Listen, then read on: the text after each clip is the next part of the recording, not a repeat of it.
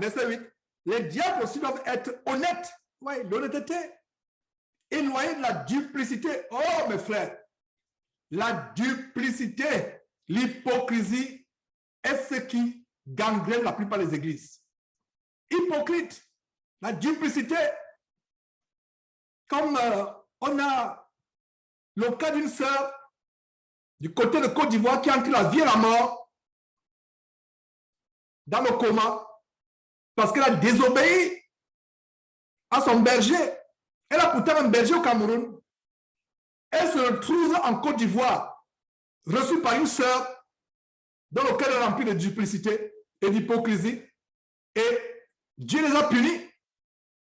Voilà celle qu'il a reçue en Côte d'Ivoire qui a les problèmes maintenant parce qu'elle a presque mort entre les mains. Mais ma prière, c'est que Dieu sorte cette femme de ce coma, qu'elle guérisse cette femme, qu'elle restaure cette femme, et que cela serve tout simplement de leçon à la duplicité. Tu as un berger au Cameroun. Le berger a les visions. Le berger du Cameroun te dit, ne va pas en Côte d'Ivoire. Et ce n'est pas seulement cela. Elle était en Belgique. Elle était avec un croyant en Belgique. Avec des croyants en Belgique. Elle avait un berger en Belgique.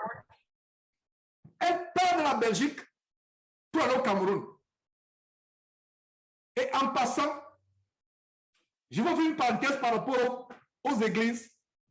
Ne recevez pas un frère ou une sœur qui vient de notre église sans les lettres de recommandation des anciens de cette église. Notez très bien ce que je suis en train de vous dire.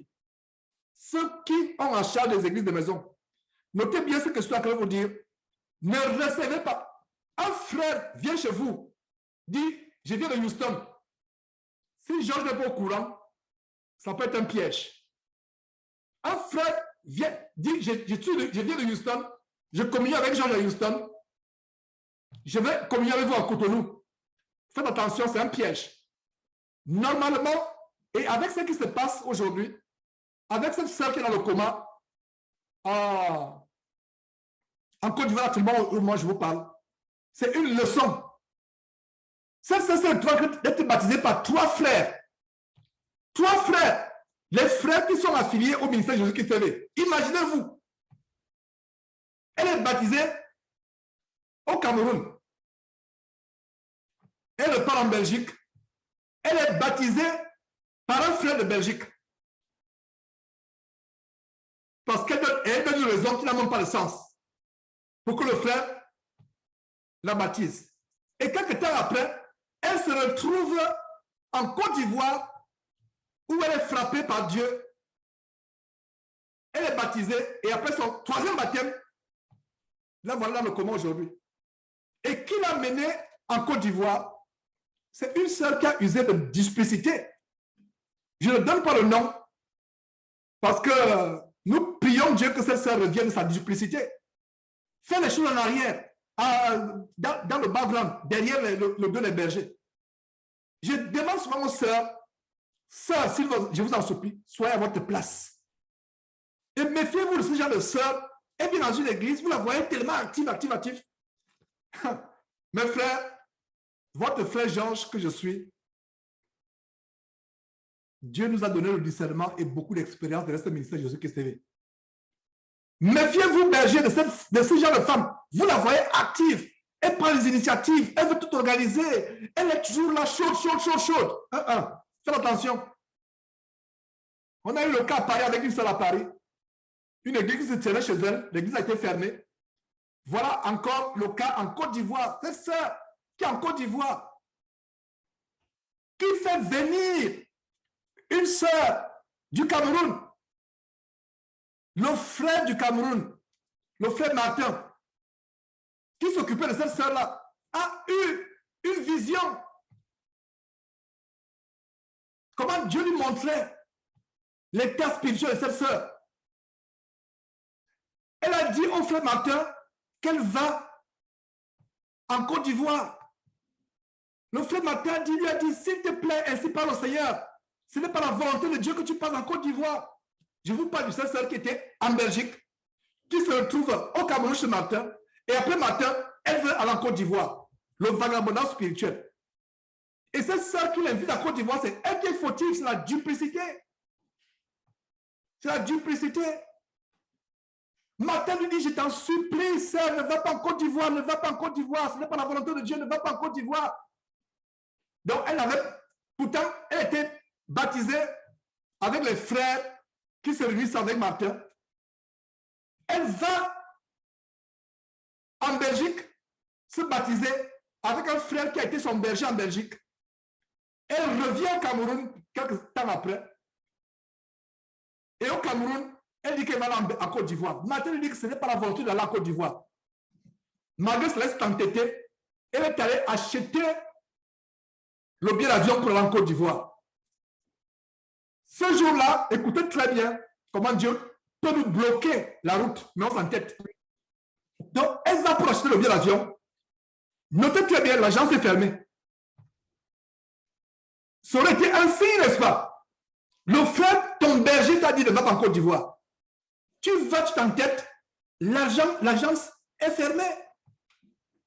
L'agence est fermée. Et elle supplie les gens de l'agence en leur disant, s'il vous plaît, comme il y a des braquages à Douala, je ne peux pas rentrer avec les 300 000 à la maison. Gardez l'argent, faites-moi un reçu, je viendrai chercher le billet le lendemain.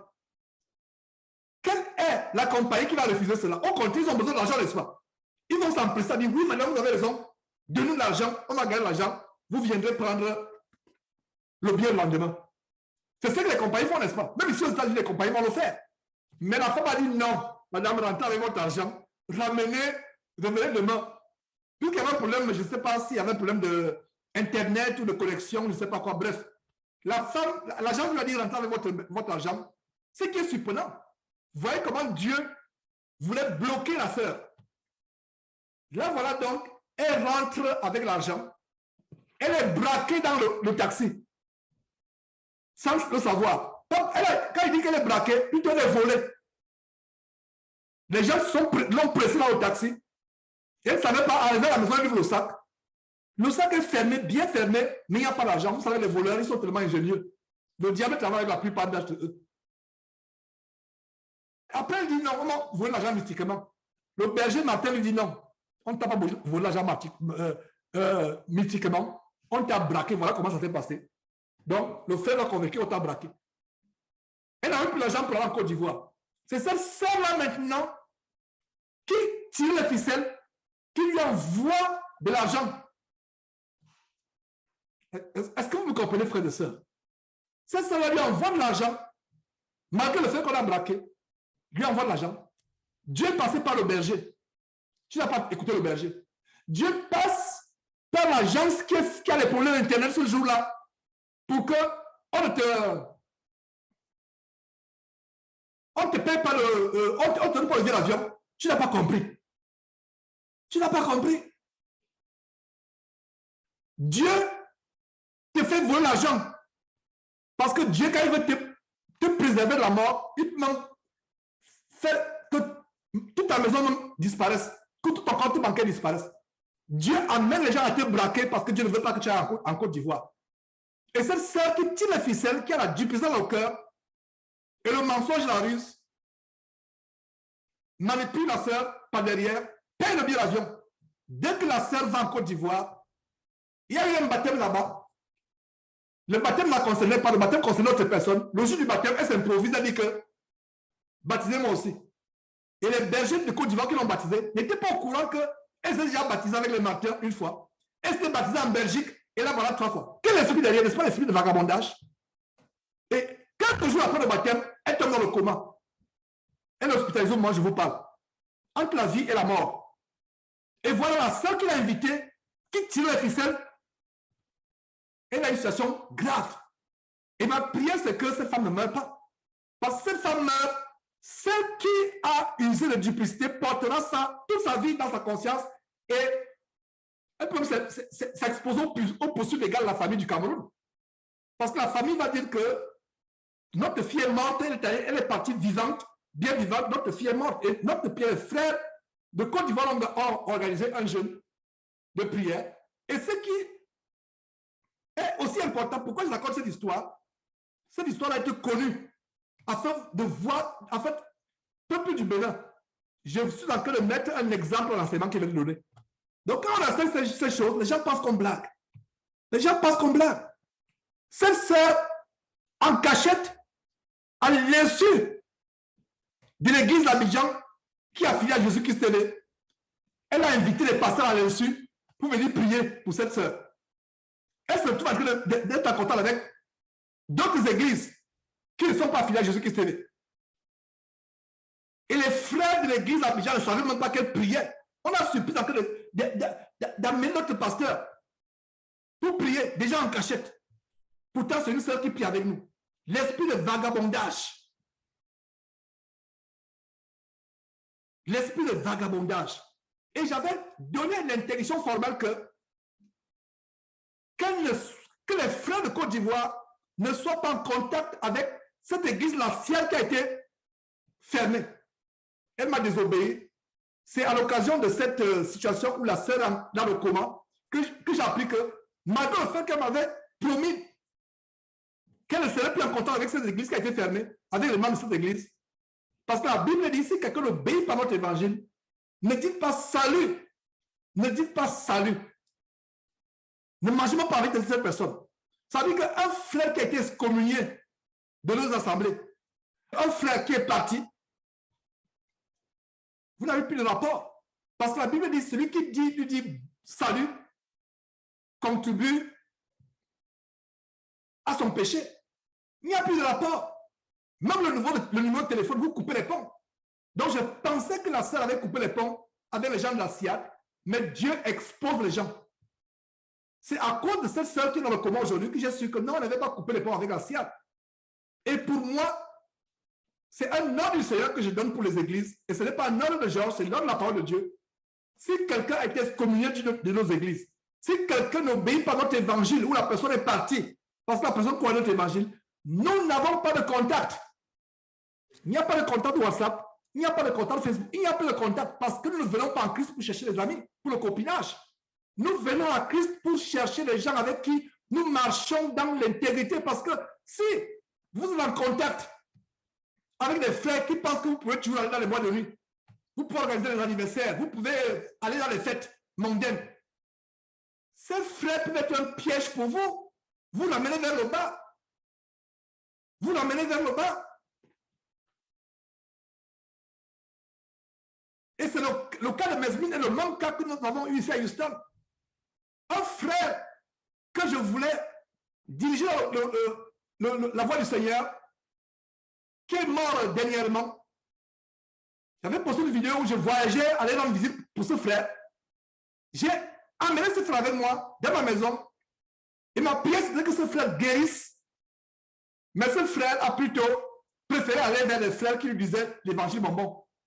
Et il est mort. Vous avez suivi la vidéo où j'ai voyagé 8 heures de temps pour aller rendre visite à ce frère. Pourquoi je n'ai pas annoncé ce décès? Ça m'a affligé. Ce frère s'est rebellé. Il a voulu aller vers des faux frères, des faux sœurs qui ont l'évangile bonbon, l'évangile chocolat. Et voilà ce qui est arrivé. Il est mort. Il est mort. Il m'a désobéi, sa femme et lui. C'est après que la femme m'annonce que Carl est finalement mort. Qu'est-ce que vous voulez que je fasse? Il est mort. Quand il était vivant, vous avez désobéi. Vous avez suivi les frères qui vous donnent l'évangile bonbon, l'évangile amour du monde, qui ne sont pas fermes avec vous, qui ne vous amènent pas vous repentir de vos péchés, qui sont OK avec vos péchés. C'est à un temps avec ce genre de frère qu'il a trouvé la mort. Pourtant, après mon voyage de Lubbock, où on l'a visité, je l'ai mis dans ma maison. Mais ces frères paternels ont tissé les ficelles, l'ont fait sortir de ma maison. Et là, vous voyez les morts. Est-ce que vous le saviez? J'espère que vous connaissez de quoi je parle. Et je n'ai rien à faire avec de telles personnes. Ils ont annoncé, la femme a appelé. J'ai dit à Conforte, notre Dieu n'est pas un Dieu de mort, notre Dieu est un Dieu de vivant, qui s'occupe de leur mort. On ne s'associe de près ni de... Est-ce que vous savez à quel point je suis arrivé? Donc, il faut qu'on vous raconte des histoires comme celle-là, où les gens meurent pour que vous compreniez qu'il n'y a plus de contact avec les gens qui ne marchent pas dans la foi. Voilà la mort de Karl. Voilà le cas de la sœur Nesmine qui le recommande. Est-ce que vous savez que Dieu est en train de frapper? Non, que Dieu n'est pas un Dieu de mort. Dans le cas de Karl, j'étais bien convaincu que sa maladie n'était pas pour la mort. Sa maladie, c'était pour glorifier Dieu. Et ça me fait mal comment Satan a utilisé les faux frères avec qui on s'est séparés. Je me suis séparé. Ces faux frères de Houston, ils ont réussi à séduire Karl, à l'amener dans la destruction jusqu'à ce que Karl a trouvé la mort. Je ne suis pas la seule personne à qui Dieu a montré que la maladie de Karl n'était pas à la mort. Il y a un frère du côté de Illinois, Dieu lui a montré la même chose, que la maladie de Karl n'était pas la mort. Il savait que si Karl arrivait dans ma maison, Karl restait dans ma maison, il devait guérir. C'était ma conviction. Mais les faux frères, par la ruse, ont tiré Karl, ont dit viens, on va s'occuper de toi. Ils sont trop durs, ils sont ceci, cela. Karl n'est plus. Pour vous qui ne le saviez pas. Voilà. Donc, s'il vous plaît, les faux frères et faux sœurs, si quelqu'un est parti de chez nous, quelqu'un prie avec nous, la personne est partie, je vous en supplie, si quelqu'un est parti de chez nous, soit qu'on est communié, soit que la personne est partie, entraînée par les faux frères, coupez les ponts avec les faux frères. Et si quelqu'un est toujours en contact avec un faux frère, une fausse sœur, vous n'êtes plus en contact avec moi. Je vais vous effacer de mes contacts Facebook si je me rends compte que vous êtes toujours en contact avec les gens avec qui nous sommes plus en contact. Je vais vous déconnecter sur mon WhatsApp. Marchez avec ceux qui marchent dans la foi. Voilà la mort de Karl qui nous a fait du mal, très mal. La duplicité, c'est une longue histoire, cette histoire de Karl. Voilà un exemple d'un frère qui est emporté par les faux frères, qui meurt à cause des faux frères. Dieu n'est pas tellement puissant pour délivrer un frère. Ma prière, c'est que si Karl venait rester dans notre maison, il devait guérir. La preuve en est qu'il se portait de mieux en mieux. Il se portait de mieux en mieux. Je n'ai pas prévu parler de cette histoire, mais je pense que Dieu a voulu que je parle de cette histoire pour briser le silence. J'ai voyagé pendant 8 heures de temps, un week-end. 8 heures aller, 8 heures retour, en conduisant, confortablement conduisant pour aller rendre visite à Karl. Quand nous sommes revenus, j'ai dit à Karl de venir rester chez nous, avec sa famille et ses enfants. Il est venu rester chez nous, quelques instants après, des faux frères, qui n'ont jamais été nos frères, qui ne marchent pas devant l'évangile, le cœur rempli de je ne sais pas. Ils l'ont séduit, ils l'ont convaincu. Parce que c'est l'évangile, bon, l'évangile, la tolérance, l'évangile, non. Notre évangile est dur, mais c'est l'évangile de la délivrance. Le diable a peur de l'évangile radical. Voilà. Est-ce qu'il vit encore? Il est mort il y a quelques jours, quelques semaines. Il est mort, il ne vit plus, Karl ne vit plus. Pourtant, quelqu'un, il y a plusieurs années, j'ai ouvert ma maison, je l'ai accueilli dans ma maison comme étant mon enfant. Mais n'étant pas marié à l'époque, je l'ai accueilli dans ma maison, je lui ai ouvert la porte. Quelques temps, le corps brûlant, il dit que genre, je vais aller me chercher à New York. Je ne vais pas continuer à vivre avec vous. On s'est perdu de vue. Plusieurs années après, j'attends que Karl se marie, qu'il a des enfants. Il s'est marié avec une noire américaine. Et des années après encore, Karl est il est malade. Il m'a caché l'origine de sa maladie. C'est quelques jours après ou quelques semaines que j'ai su qu'en fait, l'origine de sa maladie n'est pas un cancer. L'origine de sa maladie, c'est une infidélité. Il trompait sa femme et il a tapé une maladie vénérienne qui a ouvert la porte à notre maladie. Et je l'ai conforté avant qu'il meure. Je l'ai menacé de repentir. Et la repentance, c'était qu'ils comprennent qu'il doit couper le pont avec ses faux frères. Mais il n'a pas coupé le pont avec ses faux frères jusqu'à ce qu'il meure. Ça fait l'appel qu'on fait pour dire que Karl est mort. Vous voulez qu'on fasse quoi? Vous voulez qu'on fasse quoi? Puisque vous aimez l'évangile bonbon, vous aimez les gens qui vous flattent. Donc, on n'a rien à faire. Nous ne sommes pas, Dieu n'est pas notre Dieu Même le Seigneur Jésus-Christ, quand il appelait un homme, il dit, viens et suis-moi. L'homme lui a dit, laisse-moi d'abord enterrer mon père. Jésus lui a dit, laisse-le-moi enterrer leur mort. Donc, j'ai dit, je l'ai dit, le silence, des fois, le silence parle plus que la réalité. Ces gens qui s'occupent de laisser les morts s'occuper des morts. Est-ce que vous savez? Donc, vous qui ne connaissez pas les choses, si vous ne connaissez pas ce qui se passe, ces sœurs qui font les intrigues, qui m'envoient les messages, oh, quand elle est morte, est-ce que tu es au courant? Celui que j'ai pris comme étant mon enfant, serait moi, je ne serais pas au courant. Je suis bien au courant. Mais mon silence vaut mieux que 1 million de mots. Pas mon silence, parce que mon silence, c'est un fardeau que je prends dans mon cœur. Et mon affliction, c'est que cet enfant est mort bêtement. La maladie de Karl n'arrivait pas à la mort. Dieu devait se manifester, la gloire de Dieu devait se manifester. C'est la même chose avec Mesmine en Belgique, qui se retrouve au Cameroun et qui se retrouve dans le coma en Côte d'Ivoire à cause du vagabondage. En l'espace de quelques semaines, nous avons 2 cas de coma. Et le dénominateur coma, c'est que avec Karl qui est décédé, avec Mesmine qui est dans le coma, le dénominateur coma, c'est quoi? C'est la désobéissance, la rébellion sur le vagabondage.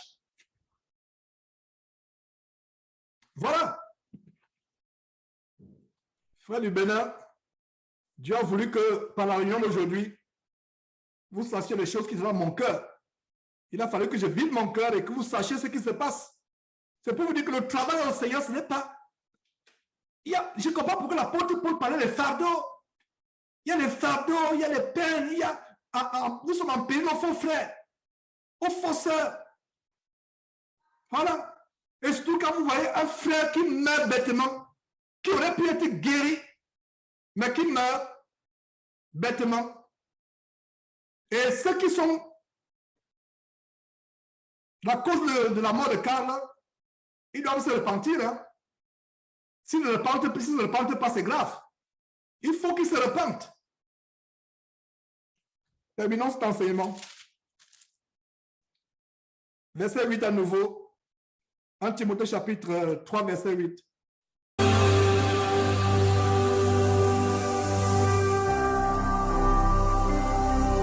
Jésus-Christ TV, vous connaîtrez la vérité et la vérité